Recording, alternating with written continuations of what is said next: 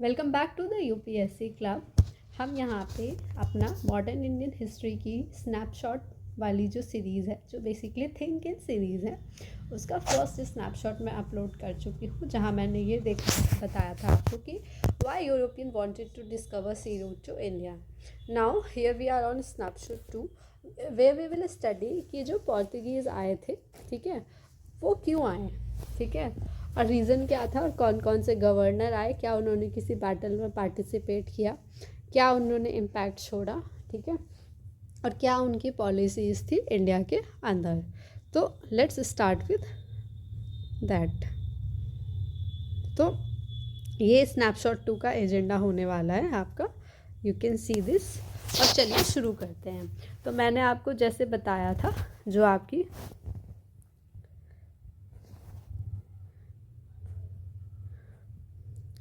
Treaty of टॉर्डेसलिस थी,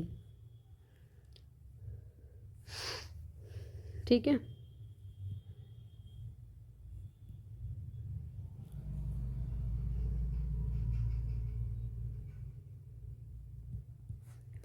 ये आपकी वो ट्रीटी थी जिसने बेसिकली सी एक्सप्लोरेशंस को कहीं ना कहीं बढ़ावा दिया था। 1494 में इसको साइन किया था। कहा था एक अटलांटिक सी के अंदर लाइन ड्रॉ करेंगे, ईस्ट वाला हिस्सा पोर्तुगीज़ के पास जाएगा और वेस्ट वाला स्पेन रखेगा, ठीक है। और इसी वजह से पोर्तुगीज़ ने ईस्टर्न साइड पे एक्सप्लोरेशन स्टार्ट किया। सारी जो कहानी शुरू होती है वो होती है वास्को डगामा के आने से, ठीक। ये आपके फर्स्ट टाइम जो इंडिया में आए 498 एडी में आए और अराउंड 3 मंथ इंडिया रुक के गए। और जब वापस गए तो बहुत सारी स्पाइसेस अपने साथ लेके गए, जिसे जब उन्होंने यूरोपियन मार्केट में बेचा तो काफ़ी प्रॉफिट अर्न किया, ठीक। और फिर सेकेंड टाइम ये आपके 1501 में, ठीक, आए, जहाँ पे फिर इन्होंने आपकी ट्रेडिंग फैक्ट्री सेटअप करी और आगे का अपना काम किया। अब जो ये कर रहे थे, ठीक, इसकी वजह से जो आपके मर्चेंट्स थे जो ऑलरेडी इंडिया में काम कर रहे थे, specially Arab merchants that were working in the Malabar coast, they were not happy about this. और जब वो इस चीज़ से खुश नहीं थे तो इन्होंने इस चीज़ का रिटेलिएशन दिया, लेकिन रिटेलिएशन कोई बहुत ज़्यादा कामयाब नहीं होया, क्योंकि फैक्ट्री तो इस्टेब्लिश ही फिर भी कर चुके थे। अब पोर्तुगीज़ नेविगेटर थे एक, ठीक है, ब्रैथ डोम्यू पायस, ये भी चाहते थे कि यहाँ पे फैक्ट्री लगाएं, बट कहीं ना कहीं ये इस चीज़ में सफल नहीं हो पाए। तो फिर आए आपके, यहाँ से असली कहानी शुरू होती है, ठीक है, पेड्रो एल्वारेज कैब्रल, ठीक है। बेसिकली इनका मकसद था कि ये इंडिया आए और स्पाइसेस में क्या करें, ट्रेड कर लें। और यहाँ पे ये एक फैक्ट्री भी इस्टेब्लिश करना चाहते थे, और बाद में इन्होंने की भी, कहाँ पे, कैलिकट में, अराउंड 1500 के टाइम पे। कब इस्टेब्लिश करी, 1500 के आसपास। लेकिन अटैक हो गया इनके ऊपर। किसने अटैक किया, बाय लोकल्स ने इनके ऊपर अटैक कर दिया, और इसमें बहुत सारे पोर्तुगीज़ की जान चली गई, ठीक। अब ये सब देखते हुए ये फैसला किया गया कि अब पोर्तुगीज़ गवर्नमेंट ने कहा कि भाई चूँकि इतना ट्रेड हो रहा है, लोग जा रहे हैं, तो हम फिर अपने एडमिनिस्ट्रेटिव पर्पस के लिए वहाँ पे कुछ लोग भेजेंगे, ठीक है। तो कुछ गवर्नर्स यहाँ पे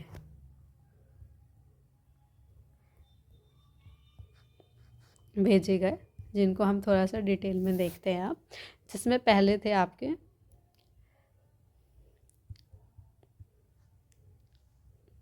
फ्रांसिस्को डी अल्मीजा। अब ये जो थे ना, 1505 में इनको अपॉइंट किया गया एज अ गवर्नर, 3 साल के लिए अपॉइंट किया गया था।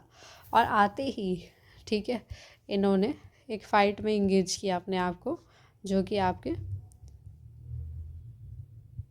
पोर्तुगीज़ थे, और सामने आपके इजिप्शियन और जो आपके मालाबार कोस्ट के मर्चेंट्स थे। ठीक,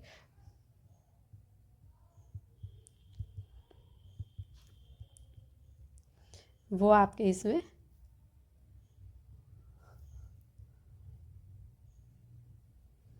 और जो आपके गुजराती नेवीज़ के मर्चेंट्स थे, बेसिकली उन्हें हम उस टाइम पे गुजराती पायलट भी बोलते थे, वो एंगेज थे। और कहीं ना कहीं इसमें क्या हुआ, ये डिफ़ीट हो गए।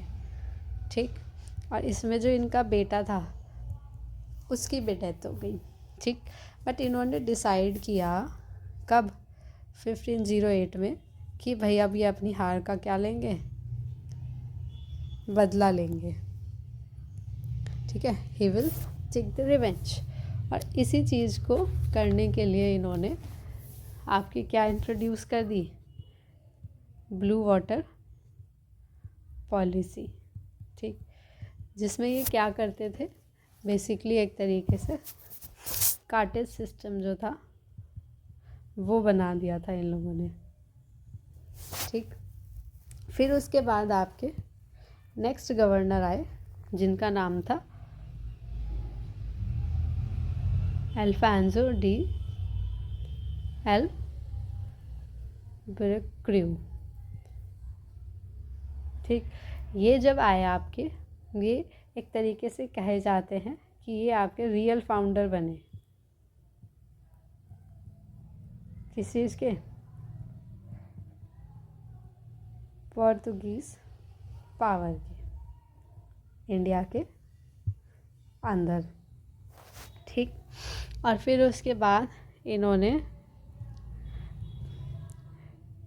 परमिट सिस्टम भी इंट्रोड्यूस कर दिया था इंडिया के अंदर, जिससे क्या होता था, जो भी शिप्स आती थी उनको कुछ ना कुछ छोटा टैक्स देना पड़ता था आने के लिए। और इन्होंने ही आपका, ठीक है, गोवा को एक्वायर कर लिया था। कब, 1510 में, सुल्तान ऑफ बीजापुर से। ठीक है, और इसकी कुछ पॉलिसीज़ भी थी इन्होंने, जैसे अबॉलिश किया सती की प्रैक्टिस को, और बिटर परसिक्यूशन हुआ मुस्लिम्स का इनके टाइम पे। ठीक, और इन्होंने इनकरेज किया कि जो भी पोर्तुगीज़ हैं वो सब इंडियन वाइफ्स लें, सो दैट ज़्यादा से ज़्यादा पोर्तुगीज़ का होल्ड किया जा सके। साथ में इन्होंने कुछ नई आपकी क्रॉप्स भी इंट्रोड्यूस करी, जैसे कोकोनट, कैश्यू नट। ठीक, इस टाइप की क्रॉप्स भी आपकी इंट्रोड्यूस करी। फिर आपके अगले गवर्नर आए नीनो डा कुन्हा। इन्होंने अराउंड 1529 में अपना चार्ज संभाला, और पोर्तुगीज़ का हेडक्वार्टर अब गोवा में शिफ्ट कर दिया। पहले कहाँ था, तो कोचीन में। ठीक है, और बहादुर शाह ऑफ गुजरात जो थे, ठीक है,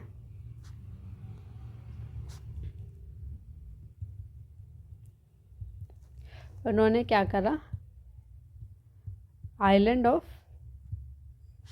बसाइन ये पोर्तुगीज़ को दे दिया। कब हुआ ये काम, 1534 में हुआ ये काम। नाउ 1537 में इन्हें मार दिया गया। पोर्तुगीज़ ने इन्हें एक शिप पे इनवाइट किया, and there he was killed. तो बेसिकली आपके पोर्तुगीज़ जो थे ना, काफ़ी मतलब श्रूड लोग थे उस समय, ट्रेडर्स की फॉर्म में, because they wanted to somehow establish themselves in India. और पोर्तुगीज़, अगर हम एडमिनिस्ट्रेशन की थोड़ी बात करें कि एडमिनिस्ट्रेशन कैसे चलता था इनका, तो इनके यहाँ पे आपके वाइसरॉय होते थे, ठीक, जो आपके सेक्रेटरी के साथ काम करते थे। अराउंड 3 साल के लिए इनका टाइम पीरियड होता था और बाद में काउंसिल भी अपॉइंट कर दी गई थी इनके लिए। फिर उसके बाद इनके एक पोस्ट होती थी वेदौर दा फजेंडा की, ठीक। इसका काम बेसिकली ये होता था कि जो भी रेवेन्यू है या फिर जो कार्गोज़ हैं उनको आप देखेंगे। और थर्ड आपके इनके कैप्टन हुआ करते थे, जिनका काम था जो भी आपकी अफ्रीका टू एशिया, मतलब बेसिकली चाइना की बात करें अगर, वहाँ तक कि जो भी आपके जो भी फैक्टर्स हैं, ठीक है, उनको आप ये असिस्ट करेंगे, ये उनका काम होता था। अब आते हैं अगर हम पोर्तुगीज़ की रिलीजियस पॉलिसी कैसी थी, तो they were intolerant towards Muslims, ठीक है, और लेटर हिंदूज़ की तरफ भी ये लोग काफ़ी इंटॉलरेंट थे, ठीक है। और साथ में ये इनकरेज करते थे कि आप यहाँ पे इंडियन वाइफ्स लो, जिससे एक अच्छा होल्ड बनाया जा सके। They were very much propagator of Christianity, तो इसीलिए इन्होंने ट्राई किया कम से कम 3 बार, 3 मिशंस भेजे, जिसमें से इन्होंने 2 बार एटलीस्ट अकबर को ट्राई किया क्रिश्चियनिटी में कन्वर्ट करने का, और 1 बार ये मिशन आपका लाहौर में इन्होंने, ठीक है, वहाँ भी करा, ठीक है, एग्जीक्यूट। यहाँ भी इनका यही था कि भाई हम कन्वर्ट कर लें बस किसी तरीके से अकबर को, लेकिन ऐसा हो नहीं पाया, ठीक। बट हाँ, लेटर ऑन जहांगीर ने 1606 में एक चर्च कहीं ना कहीं लाहौर में बनवाया था, लेकिन कहीं ना कहीं पोर्तुगीज़ के एरोगेंट बिहेवियर ने कहीं एक मुगल्स और जो पोर्तुगीज़ थे उनके बीच में एक छोटी सी गांठ पैदा कर दी थी, ठीक। लेकिन इतना सब कुछ होने के बाद भी डिक्लाइन कैसे हुआ आपका पोर्तुगीज़ का, तो उनके डिक्लाइन का सबसे मेजर कारण जो यहाँ पे माना जाता है, ये आपके टेरिटरीज़ कैप्चर कर लेते थे, ठीक, जो भी वहाँ के लोकल रूलर्स होते थे, जिससे क्या होता था, ऑफेंड हो जाते थे। जैसे इन्होंने ना सालसेट को कैप्चर कर लिया था, आके बेसाइन को भी कैप्चर कर लिया था, ठीक। तो इस वजह से कहीं ना कहीं ये लोग क्या करते थे, अपने और लोकल रूलर्स के बीच में एक रिफ्ट पैदा कर लेते थे। सेकंड, इनकी रिलीजियस पॉलिसी काफ़ी थोड़ी परसिक्यूटरी टाइप की थी। साथ में इनकी जो ट्रेड पॉलिसी, वो ईमानदार नहीं थे ये लोग, काफ़ी मतलब श्रूड हुआ करते थे उस टाइम पे, ठीक। तो अपनी डिसऑनेस्टी की वजह से भी इन्होंने काफ़ी लोगों के ट्रस्ट तोड़े थे, जैसे मैंने आपको बताया ना जहांगीर, इन्होंने ये भी मतलब काफ़ी ऑफेंड हुए थे इनकी वजह से ही। और फिर उसके बाद आपका लेटर ऑन यूनियन हो गया था किसका, basically Spain and Portugal kingdom मिल गए थे, और आपका ब्राज़ील की भी डिस्कवरी हो गई थी।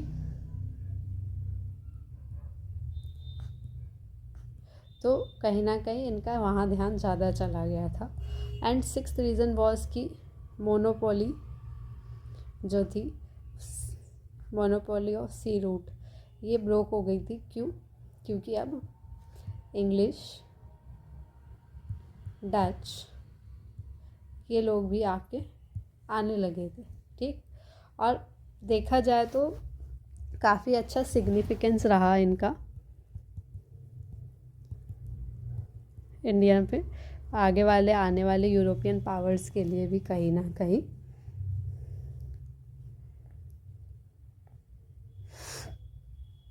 ठीक है। कैसे रहा सिग्निफिकेंस, तो एक तरीके से नेवल इंगेजमेंट का इन्होंने रास्ता दे दिया, क्योंकि इन्होंने एक्सप्लोर करके रूट दे दिया था सबको। और फिर उसके बाद कहीं ना कहीं आपके मिलिट्री इनोवेशंस भी इन्होंने दिखा दिए आने वाली यूरोपियन पावर्स को कि कैसे इंडिया में मिलिट्री इनोवेशंस के थ्रू रहा जा सकता है।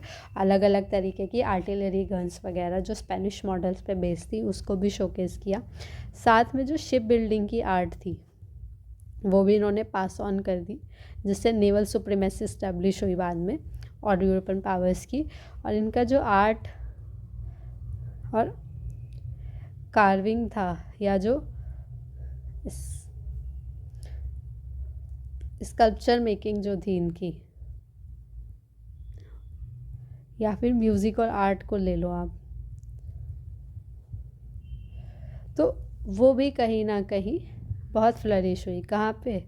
गोवा में, क्योंकि गोवा वॉज द टेरिटरी, ठीक है, जो आपकी इन्होंने एक्वायर करी थी।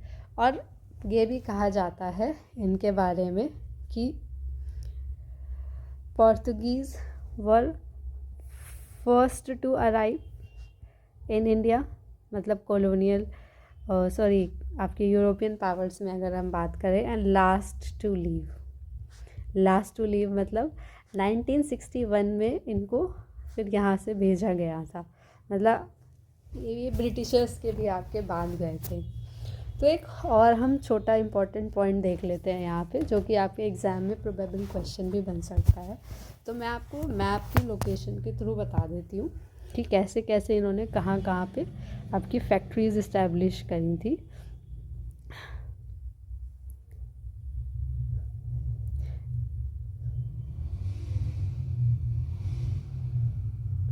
तो मैं आपको बता देती हूँ कि फैक्ट्रीज़ कहाँ कहाँ पे इस्टेब्लिश करी थी। तो आपकी कहीं ना कहीं यहाँ पे दमन एंड दीव में इन्होंने एक फैक्ट्री इस्टेब्लिश करी थी। फिर उसके बाद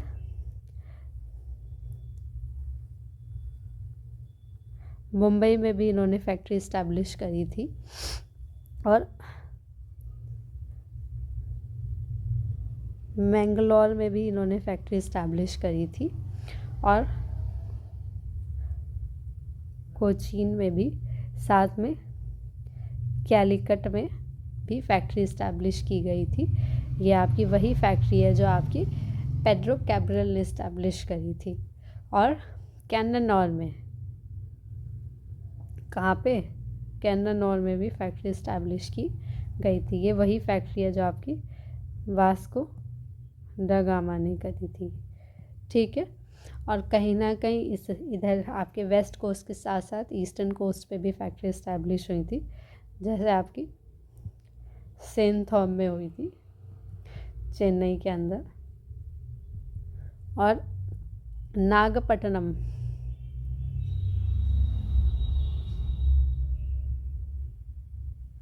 जो कि तमिलनाडु में ही है। लोकेशन आप थोड़ा बहुत ऊपर नीचे मतलब मैनेज कर लेना, मैं आपको एक रफ़ आइडिया दे रही हूँ, मैप के थ्रू इसलिए बता रही हूँ क्योंकि ज़्यादा याद रहता है। तो कहीं ना कहीं यहीं पे आपके जो आपके पोर्तुगीज़ थे, ठीक है, इन्होंने अपनी फैक्ट्रीज़ लगाई, और कहीं कहीं पे तो आपके फोर्ट्स भी आपके इस्टेब्लिश करे थे। और कहा जाता है फिर इन्होंने पौंडीचेरी को भी फाउंड किया था, ठीक। और इन्होंने ही फिर पौंडीचेरी की फाउंडेशन एट द एंड रखी थी, ठीक है ना। तो आप मुझे कमेंट सेक्शन में बताएंगे कि पौंडीचेरी किस किस स्टेट का पार्ट है और कौन से कोस्ट पे उसका कितना हिस्सा है, ठीक है। And here the snapshot second ends, और हम फिर स्नैपशॉट 3 में आपसे मिलते हैं, जहाँ पे मैं आपसे फर्दर किसी एक इम्पॉर्टेंट क्वेश्चन पे बात करूँगी, जिसमें कि मैं आपको एक और सवाल का जवाब दूंगी कि कैसे आपके पोर्तुगीज़ जो थे, ठीक है, या फिर और भी जो यूरोपियन पावर्स पोर्तुगीज़ के बाद आएंगी, लिंक तो हम करते ही रहेंगे सारी यूरोपियन पावर्स को, ठीक है, जिसमें कि हम नेक्स्ट यूरोपियन पावर्स जैसे कि डच, ये आपके क्यों एक तरीके से सीरियस थ्रेट थे, किसके लिए, इंग्लिश के लिए, वाई, ये हम वाई का आंसर यहाँ पर डिस्कवर करेंगे। Till then keep learning, keep watching, bye bye, take care.